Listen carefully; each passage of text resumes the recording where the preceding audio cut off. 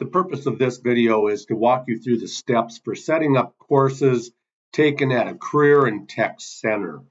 Many of you have had students enrolled in classes or courses at career and tech centers for years, and this might be a very easy editing process for you. Some might be doing things a little bit differently, and I'm going to offer some suggestions on how you might be able to maybe change the way you're doing things and make life just a little bit easier. During our last legislative session, a lot of money was provided for career and tech centers. And now CTE, as well as the SLDS team and legislators, want to collect this data and get some accurate numbers. And we can do that. We can provide some accurate numbers, but we have to have settings in PowerSchool set correctly. And that's kind of what we're going to go through today. So if we take a look, there's a doc for this also, and there's my email. If you're interested in, hey, I'd like the doc as well as this video, just send me an email and I'll send you the doc for it, and you can walk through it that way. Or you can watch the video and just pause it where you need to do and make your adjustments, okay? But it's glenn.weinman@k12.nd.us. And no problem, I'll get that message or the document sent to you. We have several scenarios that we're going to talk about within the doc, okay? And, you know, depending on the school, all schools do it just a little bit differently. So there isn't really a most common way, but in some maybe do a blend of each other. The first one here, the first scenario we want to talk about is the school has students enrolled in classes provided from the CTC, okay?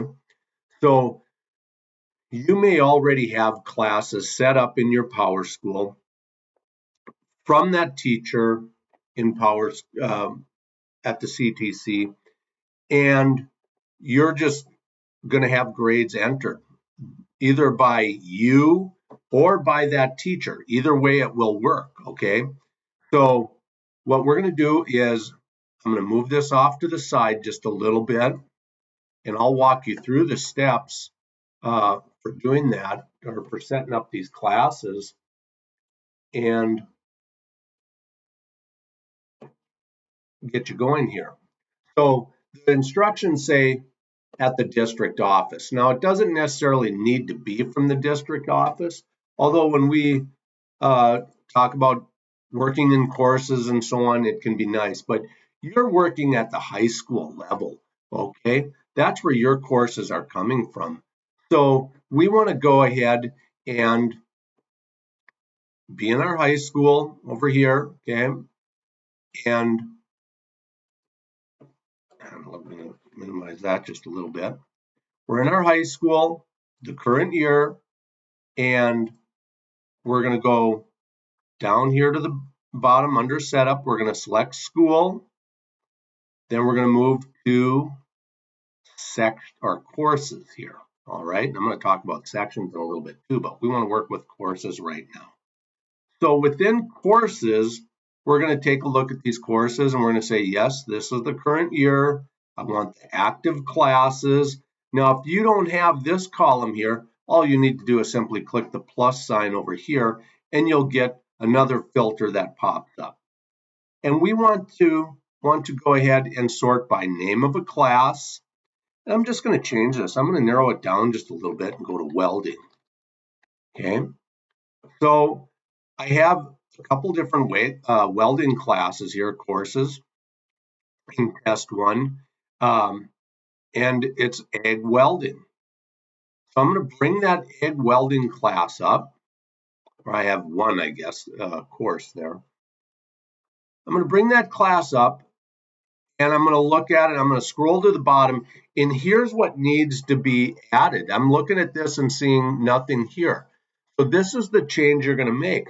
If you're receiving an egg welding class from a career and tech center, you're going to come here and you're going to go down to the bottom and you're going to select instructional delivery method. How are you receiving this class? Okay, is it classroom face-to-face on a high school campus, college campus, Are your students going to the Career and Tech Center for this class? Is it online or by a computer? Is it over ITV? Okay, those are going to be your common ones. These really aren't used that much, okay? So we're looking at these first four or five, I should say, selections. And I'm just going to say it's on a high school campus, all right? Now, who is the distance learning provider? And this is where it comes in, where we have all the CTEs listed here, okay? Which one is it coming from?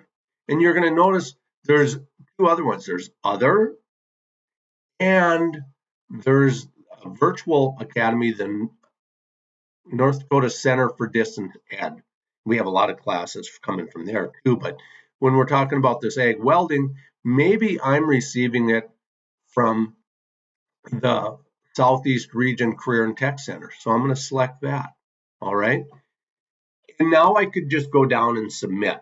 And I'd be good for any course or any section that belongs to that course in welding and fabrication. I'm going to be in good shape. Okay.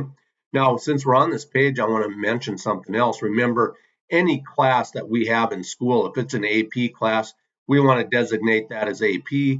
And if it's dual credit, we want to indicate that it's dual credit. We dealt a lot with that in the 21-22 school year. So those should be all set. Any new classes that are coming up, you're going to want to make sure that that's set also. Okay, so now since we're on this page and we selected that ag welding class, this is going to be common for all courses in Power School. It's going to have this page.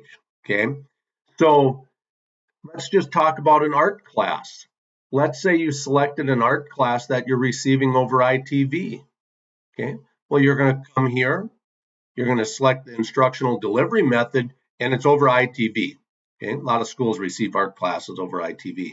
You'll select distance learning, and in that case, it'd be other.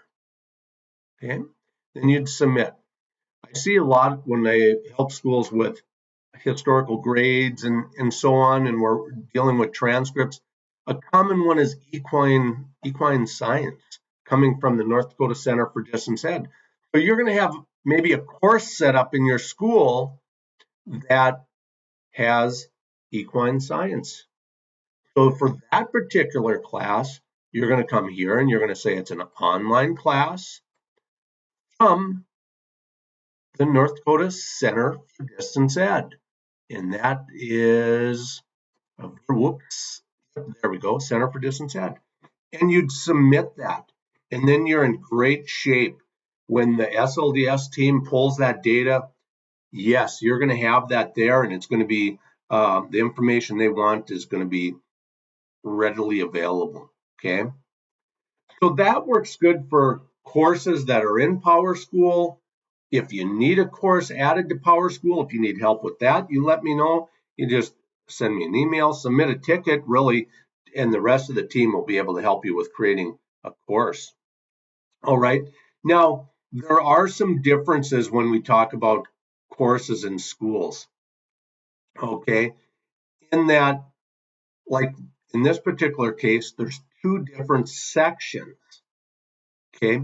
So we do see schools that are offering classes that they might come from two different places, or they might be treated differently. Remember, a course is above a section. So if you have a course set, every section you create, even though you don't have any markings at all on the section level, it'll follow what the course is set at. Okay, so here I'm looking at my two sections, and they're just examples, right? So let's say one is treated differently. I have two sections of this class, and I come down here, and maybe one is going to be offered in a different manner. If one of them is going to be offered differently than the course level, then we go to sections and we change the section. Okay, maybe this class was offered face-to-face on a high school campus. This section was, so I'd set it here. And I'd submit, well, I would also do the distance learning provider. So we could just do that. We could say this one is a face-to-face on campus, and it's through the Lake Region or Lake Area Career and Tech Center.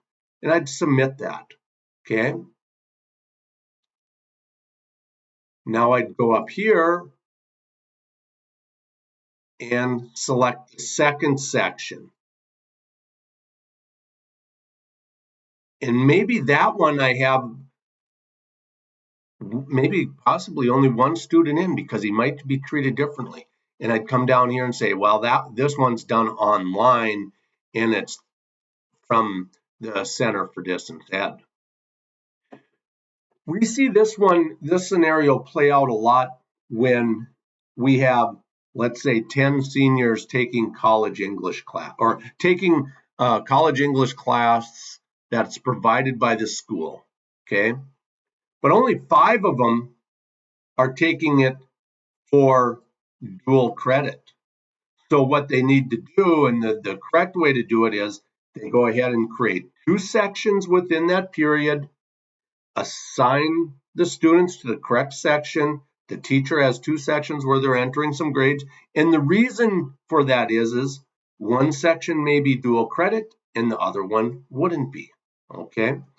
So that allows you flexibility and you're able to change things when you have different sections and things are treated differently. But you can see where this would be fairly easy for us to do, entering grades, and many schools have been doing it this way for a long time. And there's some considerations we'll talk about a little bit later on in as far as what courses go and how to set these up. Okay, so let's go ahead and go back to our document here and maybe look at a different scenario. So that was with students that you already have enrolled, some, whether it be a CTE class, an art class, a Spanish class, they'd be treated that way. And we would go ahead and designate where they're coming from and who's teaching the class. CTE centers want to get credit for this, okay? And it's up to you to make sure that the settings are correct. So now let's talk about a student who enrolls in a class at a CTC. So this can really be handled a couple different ways. What we're going to talk about right now is just 1 or 2 students take a class and the school admin assistant or principal, whoever enters the grades, decides, hey, you know what? I think I'll just enter this grade in as a historical grade.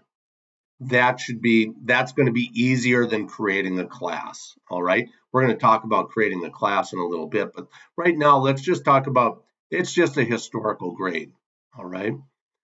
So what we're going to do in this case is we're going to log into the high school, select that student, go to their historical grades, and in this case, we'll select a single new entry. Okay. So leaving that up, I'm just going to bring this back, and I'm going to go back to our school.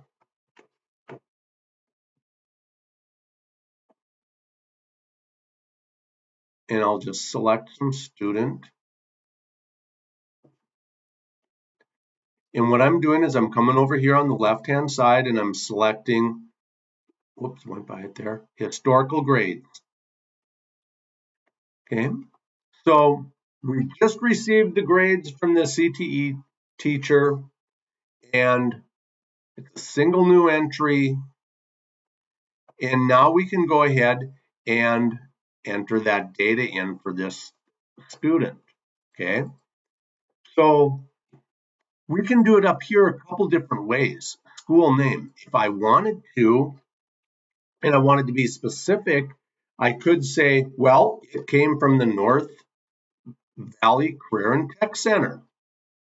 That's where it came from. Although they're not technically a school, but they are a tech center, and you could put that there.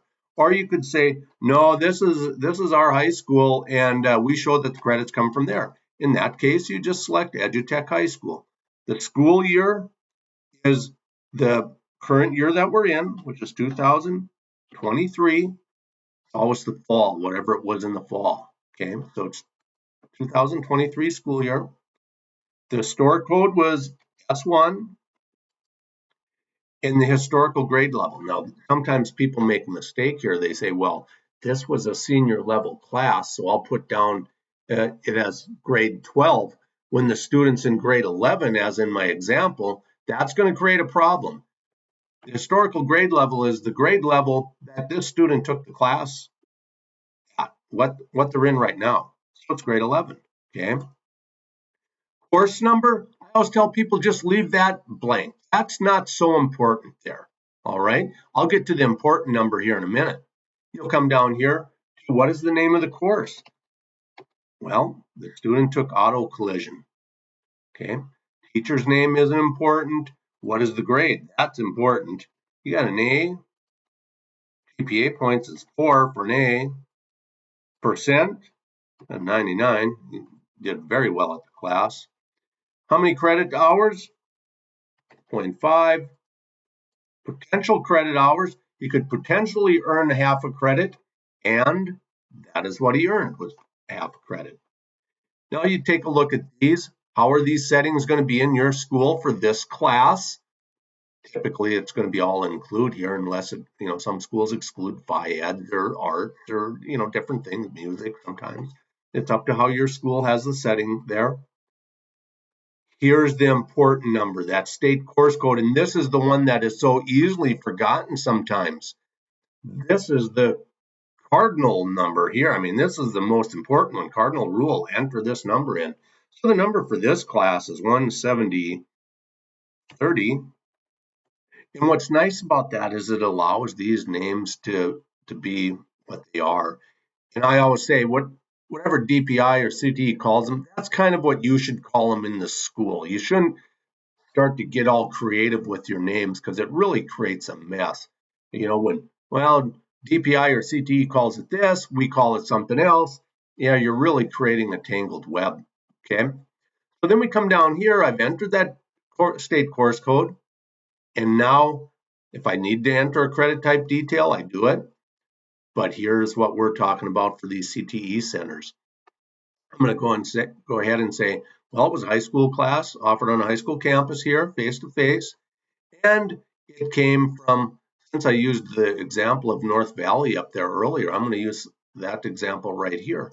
Now I'm ready to submit that student, okay? And this really comes in handy. Now when they want to pull that data, they know this student received that credit here. So we've talked about entering that grade in for the student who just completed the class. It would be the same thing you would do. You'd follow the same procedure if the student transferred from Grafton and he earned this credit in Grafton from the North Valley Special Ed, or not North Valley Career and Tech Center, earned the credit there, and now he's moved to, let's say, Minto. All right. So the student moved to Minto. The admin assistant's entering in the historical grades that he's received from another school. And they would go ahead and make sure that when they added in this auto collision class, that they filled this information in too. That still awards that student that credit from where he received it. And that's really nice when they do that, okay? So when we're entering historical grades, 5 years ago, we didn't worry about these fields, but we have to now. And really, as life goes on each year, there's going to be more and more data that's going to want to be collected. And it's just going to be something we're going to do and live with, and it's good, okay? So I could go ahead and submit that. Now, let's say I had another student, all right? And I have several classes now that I need to enter for this student. I'm going to come over here to historical grades, select historical grades, and I'm going to do multiple new entries. Okay, now this one's can really be kind of easy to do things this way. So what we're going to do is, where did the student receive the credit from? And let's do it different this time. Let's do the North Valley Career and Tech Center. All right, school year was 2023. Grade level was the students in grade 11. I'm going to leave this blank, and I'm going to say this student also took the auto collision class.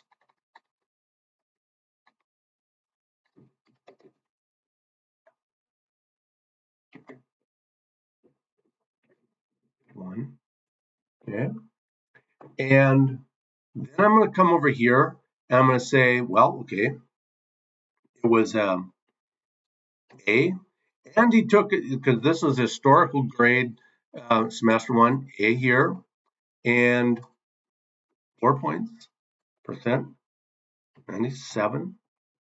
And this makes me think of another example. It could be an 88 is an A. You entered in because that's what the teacher gave. You honored what the teacher gave. The teacher gave an 88% A, 4 points, and that's the way it goes in as a historical grade. You don't say, start thinking, well, wait a minute, an 88 isn't an A here. I need to change that. You honor what the teacher gave. Okay, that's kind of another rule there. And then we enter the credit for that student. Okay, so we have that in there. I'm going to turn that off here. We have that credit in. Now I might want to go down and add another class. Oh, I got one other thing to do, don't I? I need to enter that state course code. I almost forgot my own rule. Got a little jumpy here when I had to turn that messaging system off. And I need to come down here. Dual credit? No.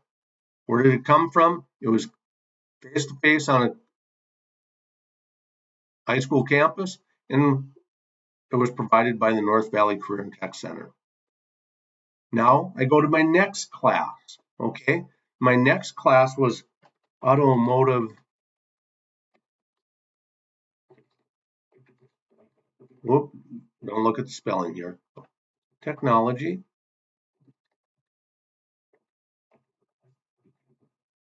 Automotive technology. And we're going to come over here. We're going to enter the grades. A, 4, 90%, 5, 5. And if we need to do credit type, we could say that's CTE class. Okay, it's available to us. What is the state course code? Okay, we need to know what that's going to be. So we look that up. We can go to DPI Center, or we can get that from the school. We can do whatever it needs to be done, but we need to enter in a state course code. Do not say, I don't know what it is. I'll leave it blank and come back later, look it up. Okay, go to DPI's site or CTE's site, get the number. Okay, I have that in there now. Credit type, nope, it's not dual credit. And this class, the student had to go over to the tech center to take the class. So he went over to their campus to do that, and all was good. Okay. And now I could scroll down and I submit that class. Now historical grades are in.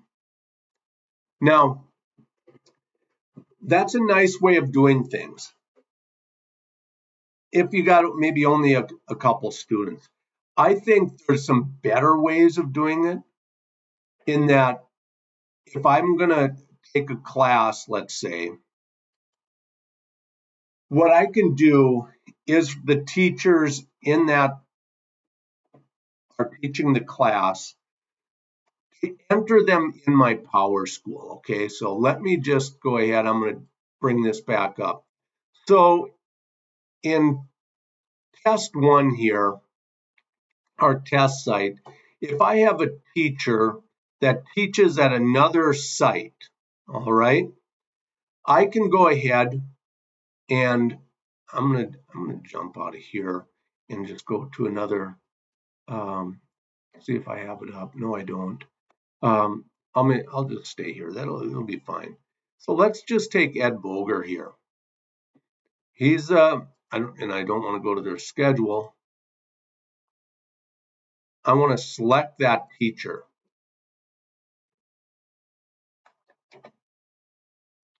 Let's go to Ed. Now I'm looking at Ed's information.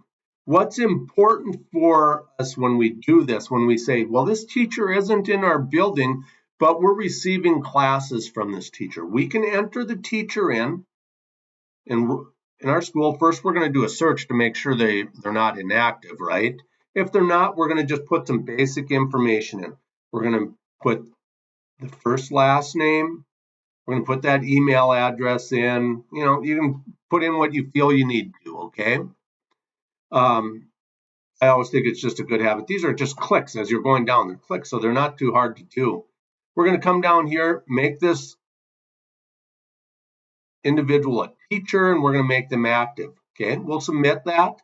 Then we'll come here to the state reporting page. And here's what's important, is that we enter in a teacher license number for Ed.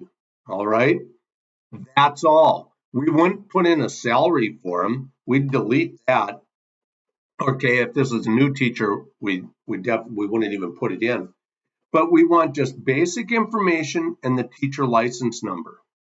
And what that's going to allow us to do is use that teacher in our school system to be just an actual teacher for reporting. It'll make life easy. You don't have to change anything.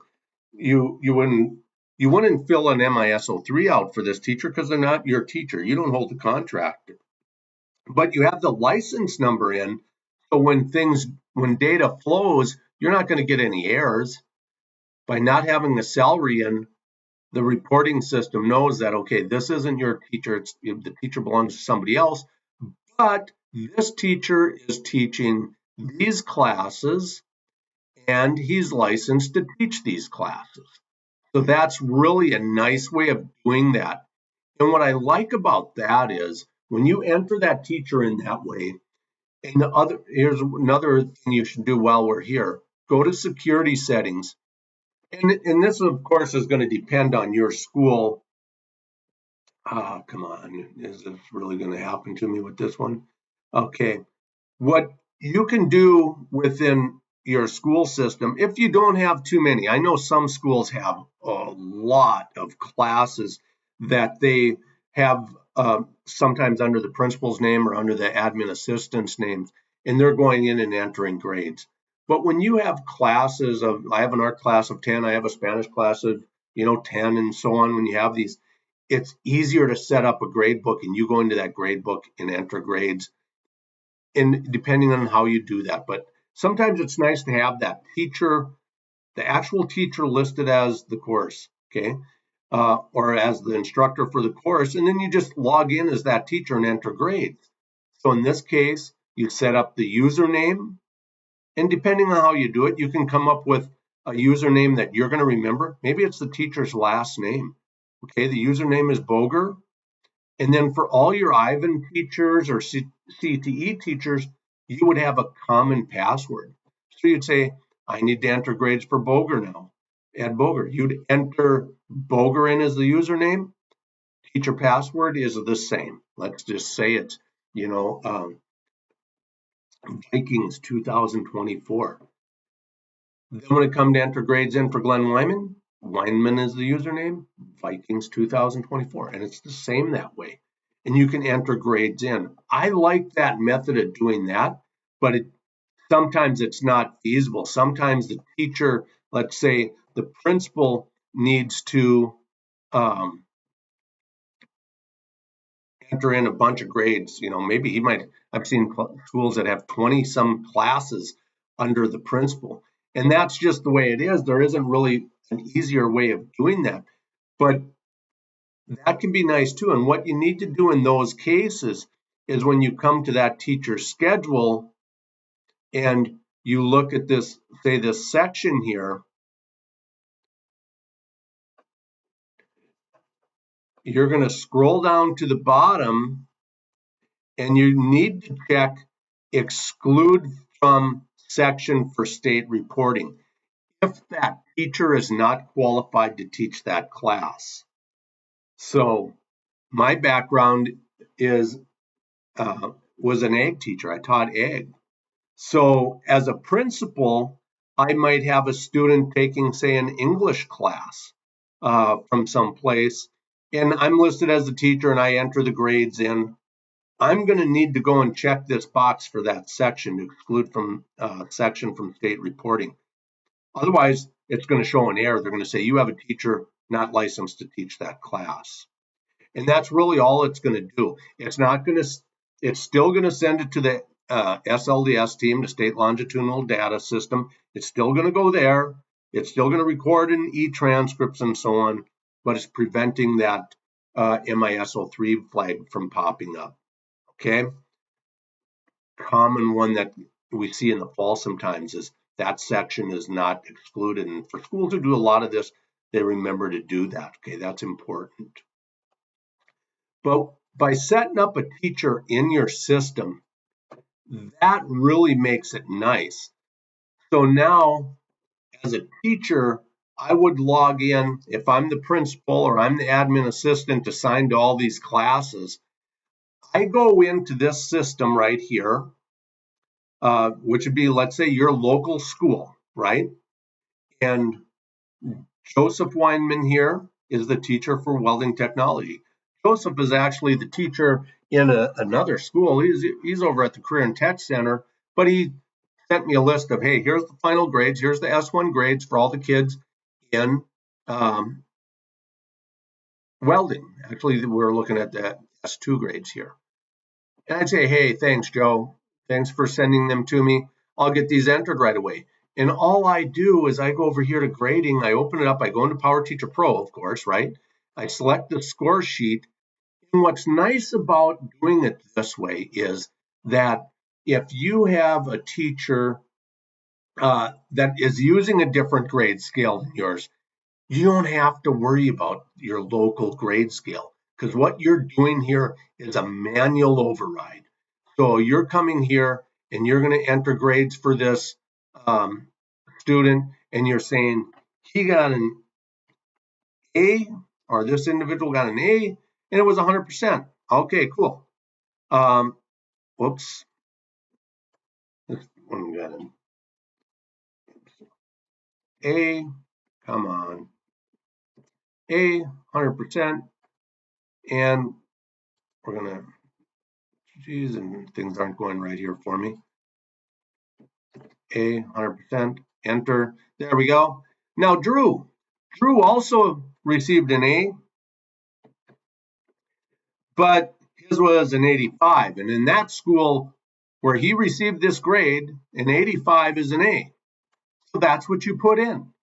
Okay. And it just worked real nice to go down and do that sort of thing. So then you're not worrying about grade scales. You're putting in, this is what the teacher gave, and this is what you're entering in. There's no arguments, okay? Your GPA calculation, however you do it, is going to look at either the percent or at the letter grade. It's not, the calculation is going to come from the final historical grade. It's not going to worry about necessarily what the grade scale is, okay? So that's what I really like about doing this method, is setting them up in the classes. And really the work comes ahead of time. You set up these classes and then you're good to go, because this teacher's sending you the grades, you're entering them in, and then you're going and storing grades. Okay, you're getting all this historical stuff in first from your ITV teachers, from your CTE centers, and then you're entering those grades in as a teacher, storing your local grades, and you're done. Okay? There is no, oh, I'm waiting, for this or that, and I need to manually enter those. This is a whole lot easier to me because it's pulling, you've set this class up as far as how many GPA points are there, how many, what is the, is it counted in GPA calculations? Does it count towards graduation? You've set that all up in the course already, okay? and it just eliminates a lot of error. It's really nice to do. So I'd select save and I'd be done here. All right, I'd do it for the rest of the students. So that's really a nice way of doing things, okay, and something for you to consider. And on that class, see, I was doing the sections and the courses. I have those set up at the course level. Remember when we went in earlier and set, who the class was coming from, what was the instructional delivery method? All that was set up at the course level. So I don't even need to mess with that when I'm entering in historical grades here. That just really makes life a lot easier. So our next scenario is, and I just kind of walked through that one with you, is a large number of students enrolled in a class at a CTC center, okay? The teacher provides the grades. And in some cases, there's schools, and I know a number of CTE centers that are doing this right now, is they're just saying, hey, if I'm Glenn Wyman's the ag teacher, and I'm providing ag classes to other schools, I'm just telling the other schools, provide me with a login. I'll go into your school and I'll enter the grades. Oh man, that's easy. So in those cases, those remote schools are going to put me in as a regular teacher. They're going to put the information they want in, but what they want is, my name, make me a teacher. Probably that email address would be good. That's always coming in handy, becoming more and more important. And then they're putting my teacher license number in, no salary. The only school that puts a salary in there is the one who holds my contract, okay? And then that allows the schools, if the teacher is entering the grades in, then it's easy. All they're doing is telling you, hey, my grades are final. And you set deadlines and so on within a school. When do grades need to be in for the end of S1, S2, and so on? That really is nice, man. Then it's hands off. Then you just need to make sure that those classes are set up at the course level, just like we had spoken about. And just to review that again with you, let's bring that back and let's go right back to our home page. And this is where you're going to set that up at the course level. Again, if it's different at the section level, you choose a different section and change that specific section. I'm going to go to school here on the left-hand side. I'm going to scroll down and under scheduling here, I'm going to select courses. And then I'm going to select my course, and let's just stay with the same one. Select ag welding. I'm going to scroll down to the bottom, and I'm going to say this course comes from, let's just say this area. All right. And if there's credit type detail I need to worry about, I worry about that. I select that, or I don't really worry about it. I just select it, and I submit that. Okay. I'm going to do that for all CTE classes, all ITV classes, online classes, and so on. I fill this information out. All right. Real easy. Going forward, all you're worried about is, any maybe new changes. So if I'm the ag teacher teaching at Park River, I'm part of the North Valley Career and Tech Center up there. The only time I need to worry about this is if I add a new class. Maybe equine science is a new class that I'm teaching, a new course, okay, that I'm teaching. Then I want to make sure when I add a new course, I go in and change these and correct or make sure that they're correct. Okay, they're probably going to be blank. When I add the course, I need to make sure that I'm filling out this information. And then going forward, it'll always be there unless something changes. Okay, so that I really like that idea. That works good. Now they're talking about adding new courses here, and we really can get into the weeds with adding courses and how they should be set up, but it really isn't that difficult. There's a lot of instructions here on how that can be done. And if you're not familiar with how to do that, we can go ahead and walk you through that. Submit a ticket and say, I need to add a new course. Could I get some help? One of the Power School teams is going to help you with that. And they're going to help you with the different things that need to be set up for that course, and how things might be done just a little bit different, okay, in your district. But it really isn't that difficult to do. So let's just stay right on here. Things to remember: always check at the district office if the course exists already. It might have been made inactive for some reason or unavailable by the previous administrator, or maybe by yourself and you just forgot about it. So always check to see if the course is there first.